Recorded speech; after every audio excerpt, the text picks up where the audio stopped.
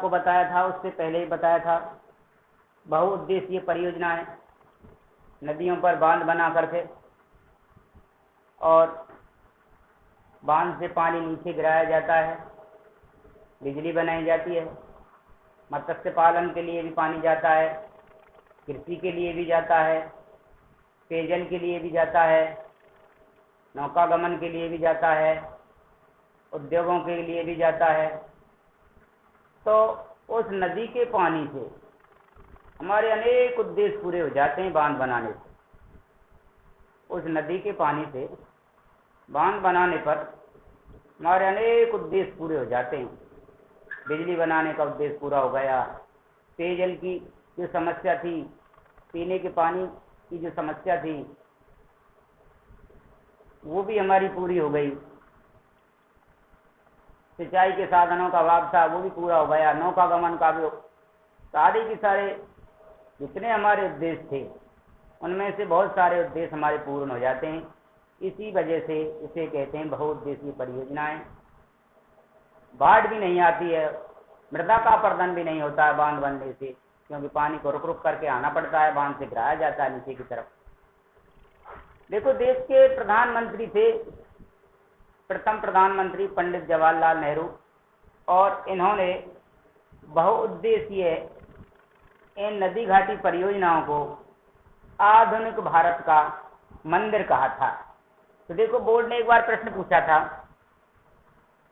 किसने कहा था बहुउद्देशीय नदी घाटी परियोजनाओं को आधुनिक भारत का मंदिर? पंडित जवाहरलाल नेहरू देश के प्रथम प्रधानमंत्री थे, उन्होंने कहा। ठीक है जी। अब अगला जो टॉपिक है वो है जल संरक्षण। जल संरक्षण, देखो मैंने आपको पहले भी बताया था, पानी का वितरण समान रूप से नहीं है। जल संरक्षण,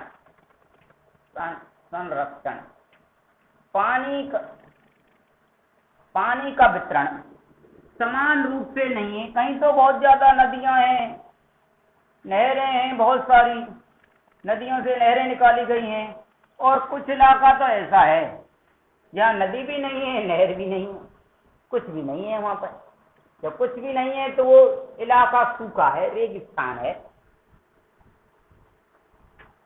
देखो, हमारा बहुत सारा हमको जो जल प्राप्त होता है वो वर्षा के रूप में प्राप्त होता है।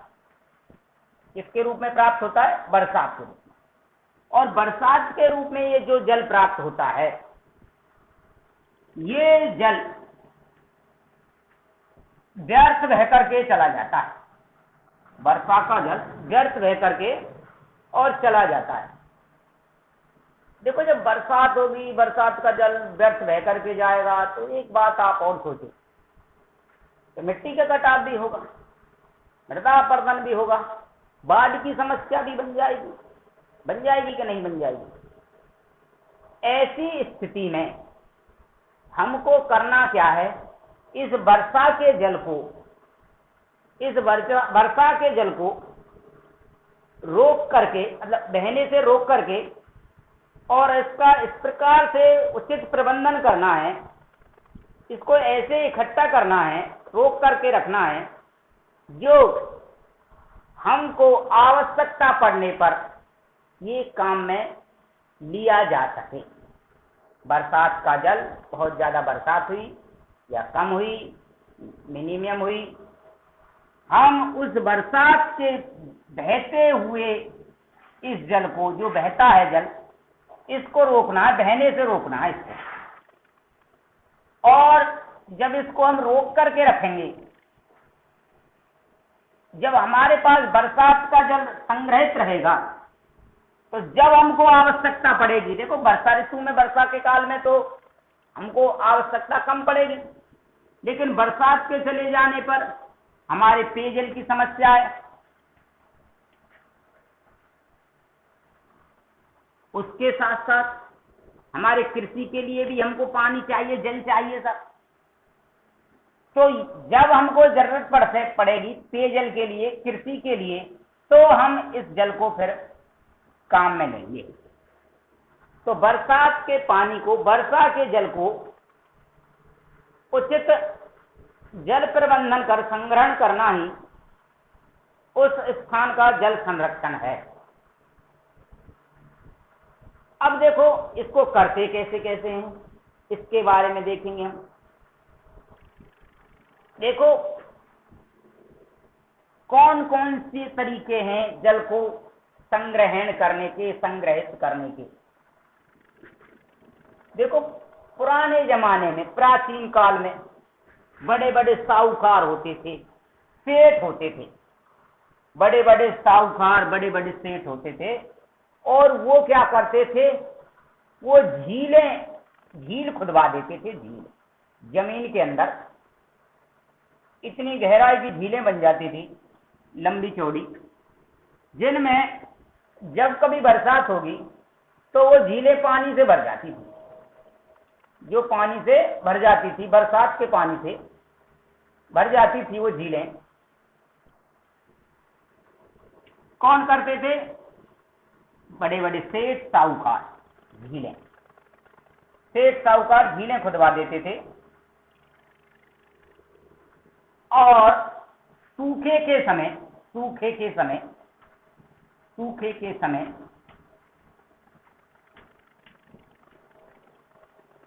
इस झील के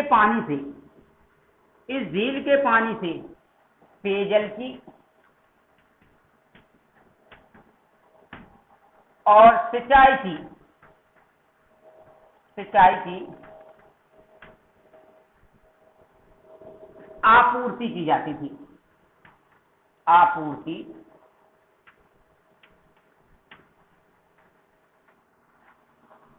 थी। देखो जब बड़े बड़े सेठ और साहूकार, प्राचीन काल से प्रथा चली आ रही है, पुराने जमाने से झीलें बनवा देते थे। उन झीलों में बरसात का पानी भर जाता था। मानसून का काल समाप्त हो गया, अगला जो समय आएगा जब बरसात चली जाएगी, फिर वो तो हमको तो सूखा का सामना करना पड़ेगा। पेयजल की समस्या बनी रहती है हमारे यहाँ, तो राजस्थान में तो विशेषकर सिंचाई के लिए भी साधन नहीं है। हमारी जो फसल बाड़ी है, खेती बाड़ी है, उसके लिए भी जल चाहिए, नहीं तो हमारी सारी की सारी फसल सूख करके चौपट हो जाती, जैसे अब चल रहा है। तो जब झीलों में पानी होगा तो बताओ उस झीलों के पानी से हमारे पेयजल की जो समस्या है वो हल हो जाएगी कि नहीं हो जाएगी, सिंचाई की हमारी जो समस्या है वो हल हो जाएगी कि नहीं हो जाएगी। तो पहले जमाने में, पुराने जमाने में सेठ साहूकार झीलें खुदवाते थे। अब देखो राजस्थान में परंपरागत जल संरक्षण के रूप, विशेषकर अब राजस्थान के संदर्भ में पढ़ेंगे। राजस्थान में जल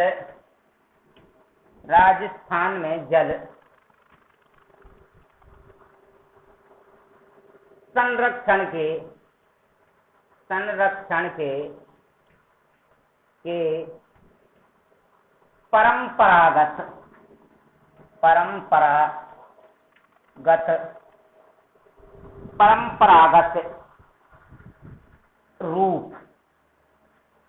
परंपरागत रूप उसे कहते हैं, जो पहले से ही चले आ रहे हैं, जिनकी परंपरा चली आ रही है, जिनकी पहले से ही परंपरा चली आ रही है। परंपरा का मतलब हमसे पहले जो पीढ़ी थी वो भी करती थी, उनसे पहले की जो पीढ़ी है, हमारे बाप दादा थे, उनके भी बाप दादा थे, वो करते आ रहे हैं। तो इनमें पहली परंपरागत जो विधि है, जो परंपरागत पहला रूप है, वो है बावड़ी। ये बावड़ी क्या है? नंबर 1 बावड़ी। ये बावड़ी है क्या चीज, इसको देखिए। देखो ये बावड़ी है, ये चतुष्कोण भी हो सकती है। चतुष्कोण का मतलब 4 कोने की भी हो सकती है, 4 कोने की भी हो सकती है, कहीं गोल भी हो सकती है, कहीं गोल भी हो सकती है। ऐसे गोल, और ऐसे ये चतुष्कोणीय, मतलब 4 कोने हो गए। ठीक है साहब, ऐसे भी हो सकती है गोल कुआनुमा आकार की। इसमें क्या करते हैं कि इसके मध्य भाग में, कहने का तात्पर्य यहां से लेकर के और यहां तक ईंटें और कलात्मक पत्थर होता है कलात्मक, विभिन्न प्रकार की कलाकारियां होती हैं उनमें, उनसे पक्का कर देते हैं साबुन को। और जब इनसे इनको पक्का कर देंगे तो देखो जब बरसात का पानी आएगा तो इनमें बड़े आसानी से भर जाएगा, इनमें बड़े आसानी से भर जाएगा, क्योंकि इनके मध्य भाग को और नीचे के भाग को पक्का करने से इनमें पानी का रिसाव भी नहीं होगा। जब पानी का रिसाव नहीं होगा तो हमारा पानी पूरा की पूरा भरा रहेगा। इसको कहते हैं बावड़ी। और इसमें पानी लाने के लिए, इसमें से पानी लाने के लिए इस तरीका से सीढ़ियां बनी होती हैं, सीढ़ियां इस तरीका से सीढ़ियां बनी होती हैं।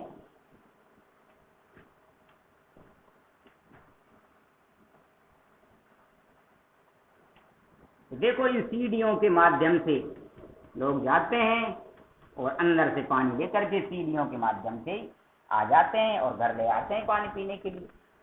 ठीक है साहब। और देखो एक और बात है, ये जो सीढ़ियां बनी होती हैं और ये इसकी दीवारें हैं जो बावड़ियों की, इन पे कोई न कोई लोक देवता का कोई तो नाम लिख देता है, कोई चित्र लिख देता है। जैसे जल देवता का चित्र बना दिया, फोटो बना दिया, उनको पत्थर लगाते हैं ना, जब ईंट पत्थर लगाते हैं उनको उकेर करके जल देवता का नाम लिख देते हैं, भैरव बाबा का नाम लिख देते हैं, भूमिया का नाम लिख देते हैं, ऐसे नाम लिख देते हैं जल देवता का। तो ये रिवाज थी हमारे राजस्थान में। देखो एक बूंदी जिला है, बूंदी जिला, और बूंदी जिला है तो जो बूंदी जिले में और विशेषकर बूंदी शहर में, प्रॉपर बूंदी शहर में, अपने राजस्थान का ये बहुत ज्यादा बावड़ियां हैं, बावड़ियां बहुत हैं। बूंदी शहर में तो इतनी बावड़ी मिलेंगी आपको, जैसे अपने कामाम है, कुंड है नहीं, कहीं विमल कुंड है, कहीं श्री कुंड है, कहीं शीतला कुंड है, कहीं और सूरजबाग कुंड है, ऐसे कुंड है। इनसे भी ज्यादा बूंदी शहर में बावड़ियां हैं और इसी वजह से बूंदी को राजस्थान का बावड़ियों का शहर कहते हैं। आगे समझ में बात। अब देखो इसमें विभिन्न प्रकार की बावड़ियां, जोधपुर की ताप बावड़ी, दौसा की भांडारेज बावड़ी, चित्तौड़ की बिनाता, आवानेरी की चांद बावड़ी, ये विशेषकर प्रसिद्ध है। अब बारी आती है तालाब की। ये तालाब क्या है? दूसरा नंबर है तालाब। बावड़ी आपको बता दिया, अब तालाब को देखेंगे सर, ये तालाब क्या है।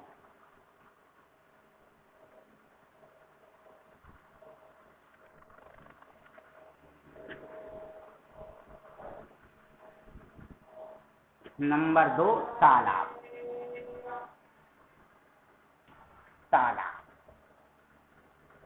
देखो तालाब तो अपने हर गांव में मिल जाते हैं, छोटे छोटे तालाब, बड़े बड़े तालाब। इन तालाबों में क्या करते हैं कि बरसात का जो पानी आता है बह करके, वो पानी इन तालाबों में पहुंचा दिया जाता है।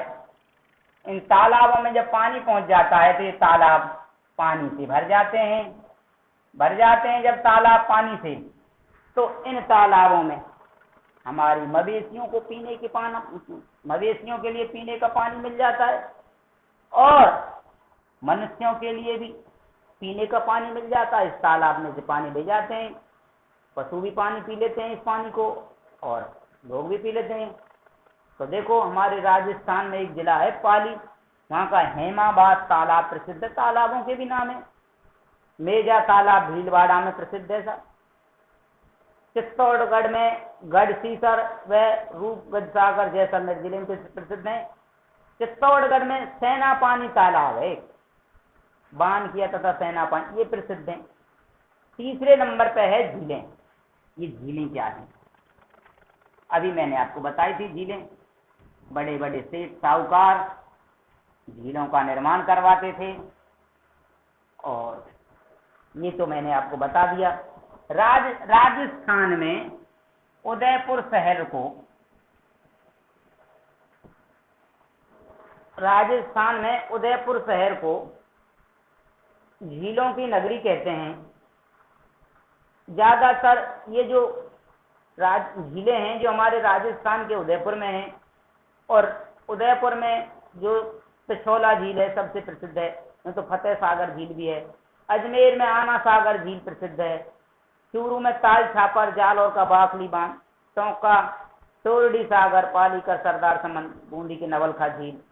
राजसमंद में भी नौ चौकी झील प्रसिद्ध है। एक राजस्थान में नौ चौकी झील, ये भी प्रसिद्ध है। अगले नंबर पर है नाडी। ये नाडी क्या है? नाडी, ये नाडी क्या है?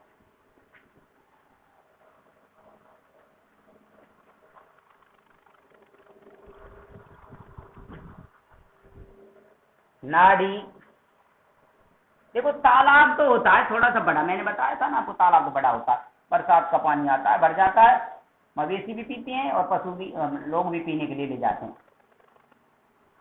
जो नाडी होती है, जो तालाब से थोड़ी छोटी होती है, था छोटी है तो नाडी है, और बड़ा है तो तालाब। छोटी है तो नाडी है, और बड़ी है तो तालाब। और देखो इसकी जो गहराई होती है 4 से 5 मीटर होती है, ज्यादा ना गहरी नहीं होती है, छोटा आकार होता है। और देखो बरसात के दिनों में जब पानी आता है तो ये छोटा आकार होता है ना। बरसात के पानी के साथ साथ देखो मिट्टी कंकड़ पत्थर भी बह करके आते हैं कि नहीं आते हैं? जब बह करके आते हैं तो इन नाडी में जब हम पानी को, बरसात के पानी को रोकते हैं, तो कंकड़ पत्थर भी, मिट्टी भी आ जाती है, तो वो भी भर जाती है। जब वो भर जाती है, वैसे ही इनका छोटा सा रूप होता है, फिर कंकड़ पत्थर, बजरी भी आ गई, मिट्टी भी आ गई, तो इसका जो पानी है जो कुछ समय के लिए होता है, अल्पकाल के लिए। तालाब का तो घने दिनों तक रहेगा, इसका अल्पकाल, थोड़े समय के लिए रहता है। जल्दी काम में ले लेते हैं लोग अब इसको, ठीक है। अब है साहब टांका। ये टांका क्या है? देखो पश्चिमी राजस्थान में टांका, टांका, देखो पश्चिमी राजस्थान में, विशेषकर जैसलमेर, बाड़मेर, जोधपुर भी आता है पश्चिमी राजस्थान में, तो विशेषकर बाड़मेर और जैसलमेर की बात करेंगे हम। पश्चिमी राजस्थान को जब लेंगे तो है, देखो वहां हमारे उनके घरों की जो छतें हैं, उन छतों पर तथा आगोर से ये हमारा पश्चिमी राजस्थान हो गया। पश्चिमी राजस्थान, ये पश्चिमी राजस्थान, ये पश्चिमी राजस्थान हो गया। यहाँ पर ये जैसे हमारा एक घर है, ये घर है हमारा, ये इसका दरवाजा है, ये हमारा घर है और ये इसका दरवाजा है। तो देखो ये जो घर है, घर की जो दीवारें हैं, छतें हैं, इन छतों का पानी आएगा, पूरे आंगन का पानी आएगा, इसका बरसात का पानी, और इसको हम इकट्ठा इधर की तरफ कर लेंगे, एक तरफ घर के बिल्कुल दरवाजे की तरफ साइड में ही, और हमने एक टांका बनवा दिया, टैंक बनवा दिया नीचे जमीन में खुदाई करके, और एक टैंक बनवा दिया कमरा नुमा। उसमें सारा की सारा हमारी छतों का पानी और हमारे आंगन का, आगोर का पानी आकर के भर जाएगा, भर जाएगा। बरसात का ही पानी है। जब ये पानी भर जाएगा तो अब इस पानी को हम क्या करेंगे? इस पानी को हम पेयजल के लिए काम में लेंगे, कपड़े धोने के, पोछा लगाने के लिए, और घर में जितने भी काम हैं, घरेलू कार्य हैं, उन सब में इस टांका के पानी को काम में लेते हैं। ये पश्चिमी राजस्थान में है विधि।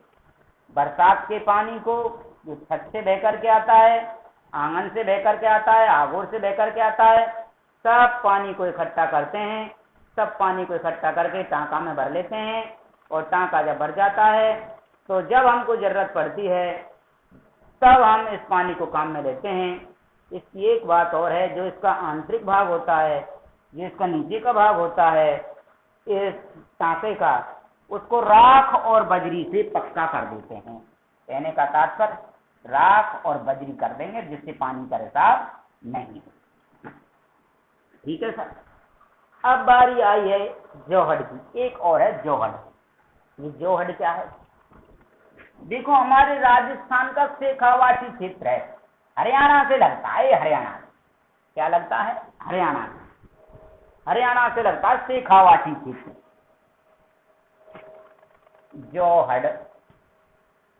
जोहड़ हमारे राजस्थान का शेखावाटी क्षेत्र है। हरियाणा की सीमा से लगता है। हरियाणा की सीमा से लगता है। देखो, ये शेखावाटी का जो हमारे जिले हैं सीकर और अलवर, चूरू, वैसे अलवर शेखावाटी में नहीं आता है, चूरू, झुंझुनू,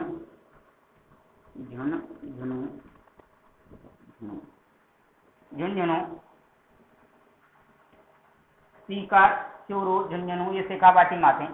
बाकी अलवर में भी हरियाणा की जो सीमा से लगे हुए जिले हैं, यहाँ की जो जमीन है वो पथरीली है और चूने की मात्रा है। मिट्टी में किसकी मात्रा है? चूने की मात्रा है, पथरीली जमीन है। तो ये पानी को कम सोखता है। जो चूना जो पानी को कम सोखता है और वैसे ही पथरीली है। बरसात जब होती है तो पानी को बहा करके, बरसात जब बहती है, बरसात होती है तो पानी बहा करके मिट्टी, कंकड़, पत्थर सबको लेकर के साथ में आता है, उतर करके आता है। तो यहाँ के जो लोग हैं, शेखावाटी के जो लोग हैं, वो अपने गांव में या गांव के पास और सार्वजनिक रूप से एक कच्चा कुआं बना देते हैं। कुआं बना देते हैं। कच्चा क्यों बना देते हैं? क्योंकि जमीन कैसी है? पथरीली है और चूने की मात्रा है मिट्टी के अंदर। तो बरसात का पानी इस टांके, इसको टांका कहते हैं, टांके में भर जाता है बरसात का पानी।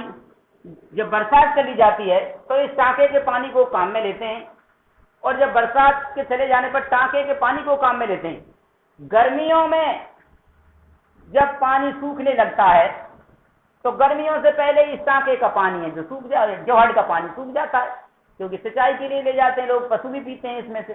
कच्चे कुएं होते हैं विशेषकर।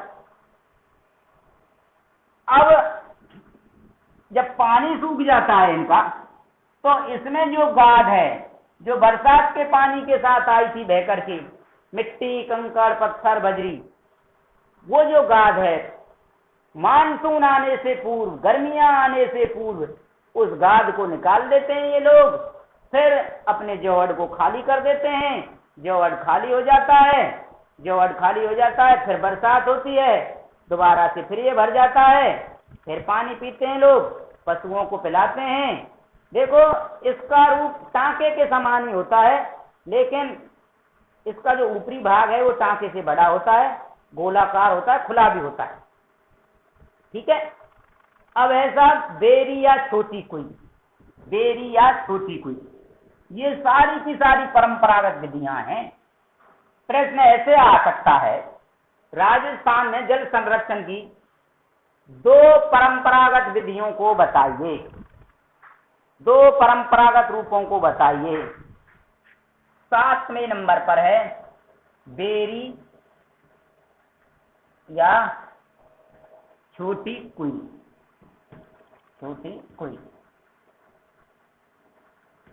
बेरी या छोटी कुई, देखो यह पश्चिमी राजस्थान में तालाब,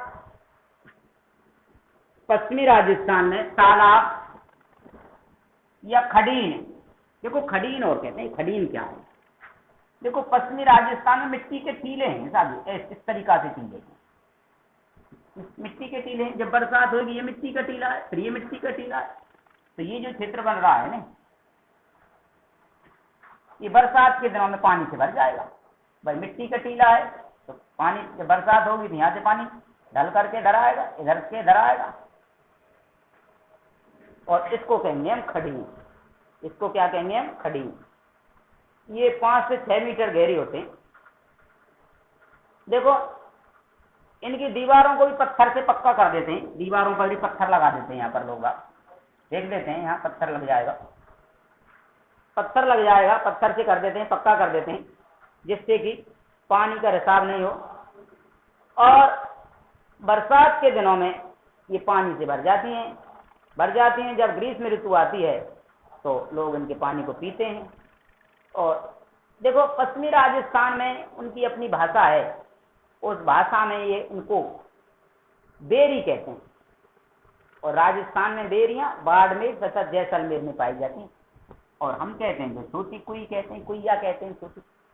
ठीक है, अगले नंबर पर है खडीन। 8वीं विधि है खडीन। खडीन, खडीन,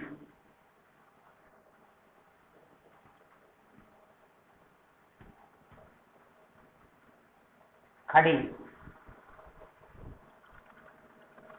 ये खडीन क्या है?